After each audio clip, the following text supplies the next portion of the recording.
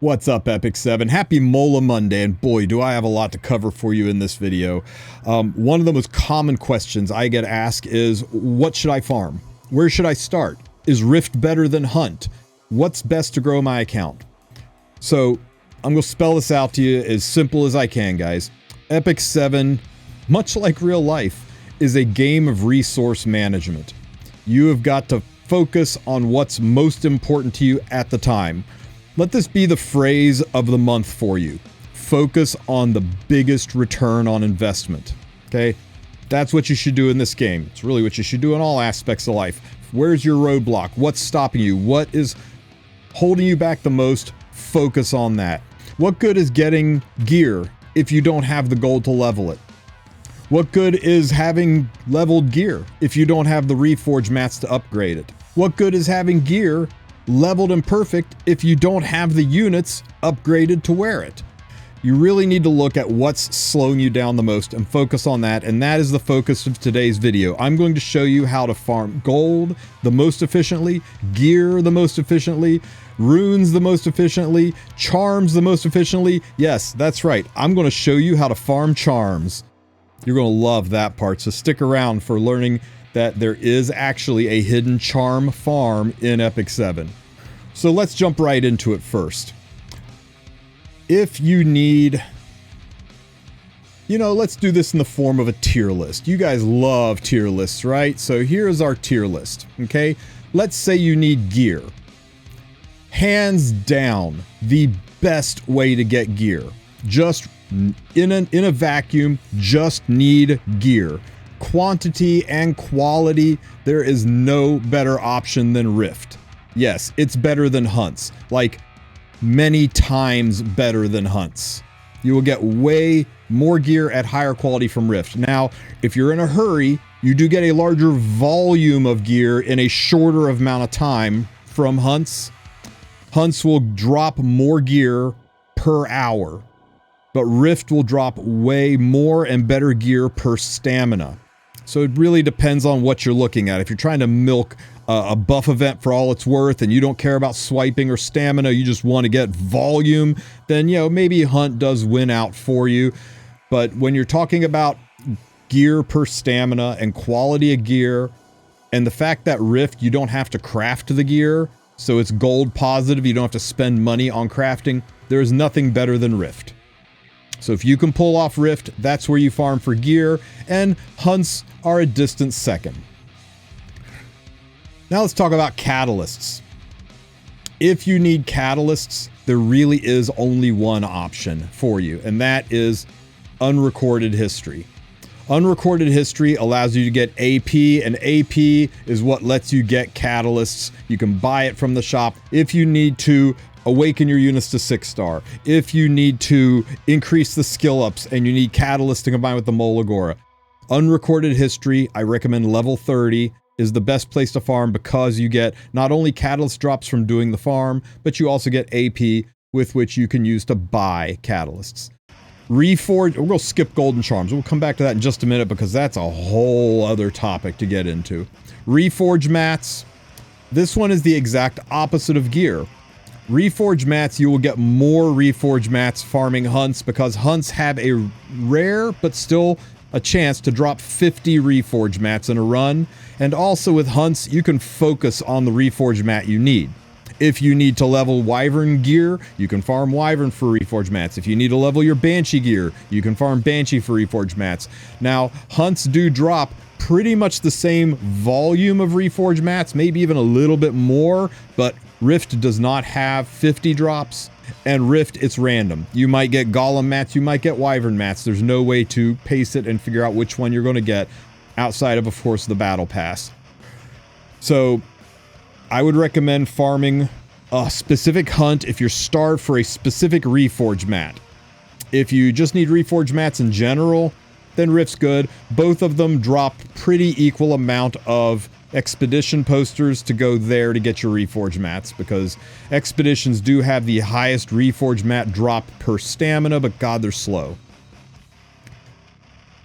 Put that in the wrong column. So there's your Reforge mats. As for runes, it's Spirit Altar, duh. You can't get runes anywhere else. If you need runes, you go to Spirit Altar. But now let's talk about gold and charms. Everybody knows unrecorded history is a great place to farm gold because of the stigma drops and being able to turn stigma into gold, or penguins into gold. Stigma into penguins, penguins into gold. Circle of life. And everybody knows you can get some charms from unrecorded history just as random drops, and because you can have a pet that has a chance to drop charms, same as on hunts. But there's another place.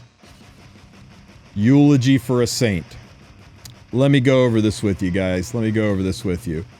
You go into the side story. You go into the Book of Memories.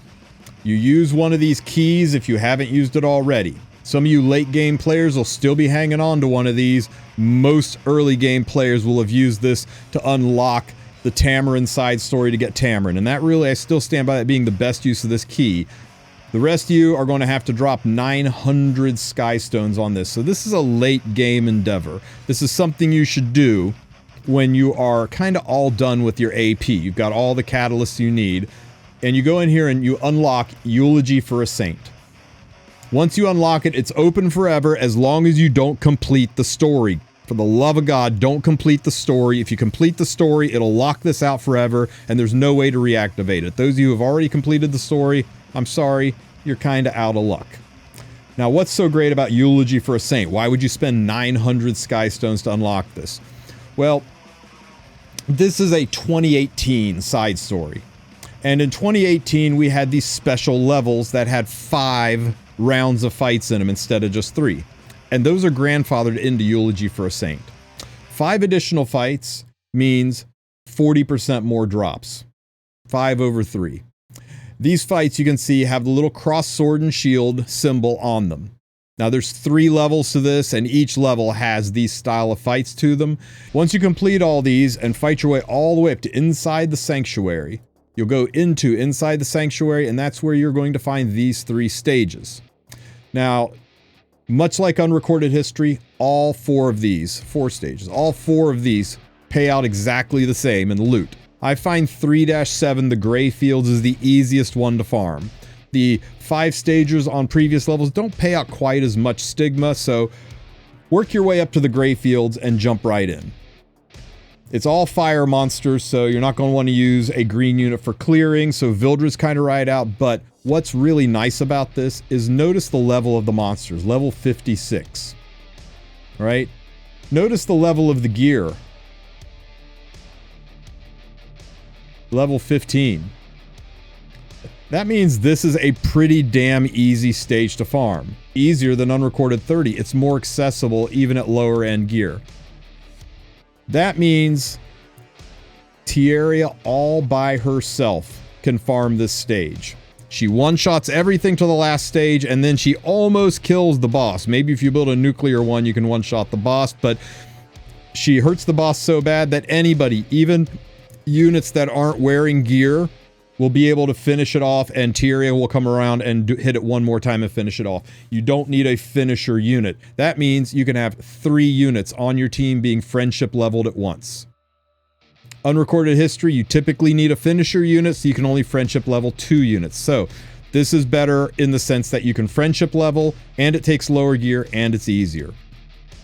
Now what makes this stage so good is while you're running it, you'll notice 1 out of 5 in the upper left-hand corner. So there's 1, there's 2, there's 3. This is where we'd be done in unrecorded history, but no, we've got 4, and then we got 5, and you can see we almost kill it. And then just have everyone else with their skills turned off, and you'll finish it off very, very quickly. Even if they don't kill it, Tierria will hit it one more time and finish it off. She'll lap. 2 charms. Look at that, 2 charms and 310 stigma. And 7,000 gold. How's this compare to unrecorded history, though? Isn't unrecorded history pretty much the same thing? You'd like to think that, but no, it's not. First, we're going to look at the gold. Now, this is just the raw gold that you get from unrecorded history versus Eulogy for a Saint. In this situation, unrecorded history is slightly better, but mostly because you're selling level 44 gear versus selling level 15 gear. So even though we get extra stages, that's lower level mobs, dropping lower gold gear, so you do make about 10% less raw gold. But gold drops aren't where the income is from this, right? Sure, 30 runs giving you 300,000 is nice, but we're about 10% less, 11.5% less gold here, right? Now let's talk about the powder. And by powder, I mean when you sell the gear. Now, obviously, when you're selling level 44 gear in unrecorded history, you get more powder from level 44 gear than you get from level 15 gear. But the volume of level 15 gear you get compensates. So we're only about 7% less gear powder because of the higher volume of level 15 gear. Sure, you still get more gear powder farming unrecorded history than Eulogy for a Saint, but this is where unrecorded history stops winning and Eulogy for a Saint really starts shining. Stigma. Because there are 5 stages instead of 3 stages, that's more chances for that 80 drop of stigma to occur, and on the average, across 10 runs, across the board, I was usually 1,500 to 1,800 more stigma in Eulogy for a Saint. Roughly 20% more stigma, which translates into 20% more penguins, which translates into 20% more gold. If you were making 100 million gold in unrecorded, you're making 120 million gold in Eulogy for a Saint. Eulogy for a Saint is a substantially better gold farm by a 20% margin. But what else? What about charms? Because there are 5 fights, each of which can drop a charm, we had a charm drop rate almost double what unrecorded history gave out. Look at this. Unrecorded history gave me 7 charms. Eulogy for a Saint gave me 21. 6 charms, 13 charms. Now, there were some where it was close, right? Sometimes RNG is a thing. But on the average, 94% more charms from Eulogy for a Saint. Almost double the charms and 20% more gold. And it's an easier farm, and you can friendship farm 3 units at once. Worth the 900 Skystones? If you're a late game player, you bet your pants it's worth the 900 Skystones. This is where I will be farming for the rest of my freaking Epic 7 career when I need gold and charms, which is all the damn time. Now, when I need gear, I'll go and farm Rift and Hunts. And that's really what you should do. Here is a full breakdown of all the charts I just showed off. Let me, I'll just move out of the way here in case you want to screenshot that.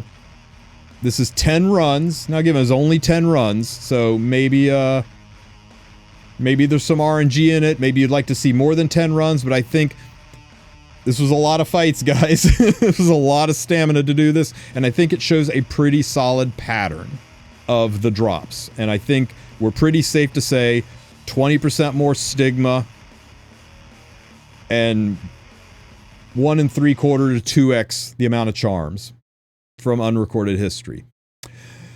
So when you ask me where I should farm, this is my answer for you. You need runes? Duh, you farm Spirit Altar. You need gear? Well, duh, you farm Rift. You need Reforge mats? You go for Hunts. You need more gear, but also some Reforge mats? Rift. You need more Reforge mats, but also some specific gear? Hunts. You need gold and charms? Eulogy for a Saint, level 10-7, by a huge, huge margin. Now, gold and stigma and charms and powder are still available through unrecorded history, just at a lower amount. Now, why is unrecorded history still an important farm? AP, baby. If you need catalysts, you farm unrecorded history.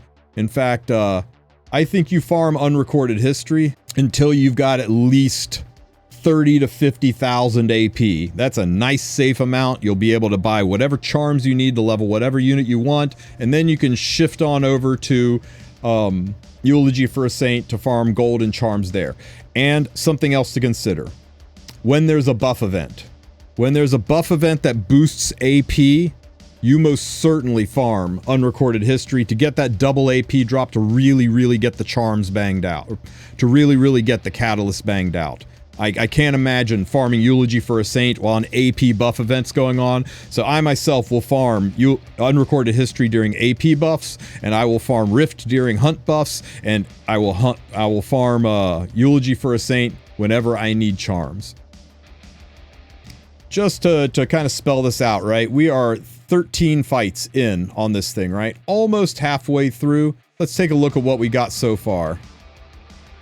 4, 5, 6, 7, 8, 9, 10, 11, 17 charms already, and we're only halfway through. This is going to be a record level for me getting charms. This is way more than normal, and we're already up to about 4,000 stigma.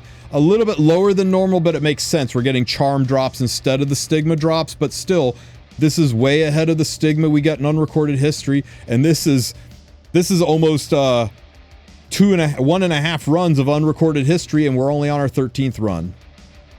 So yeah, if you guys have any questions, leave them in the comment section.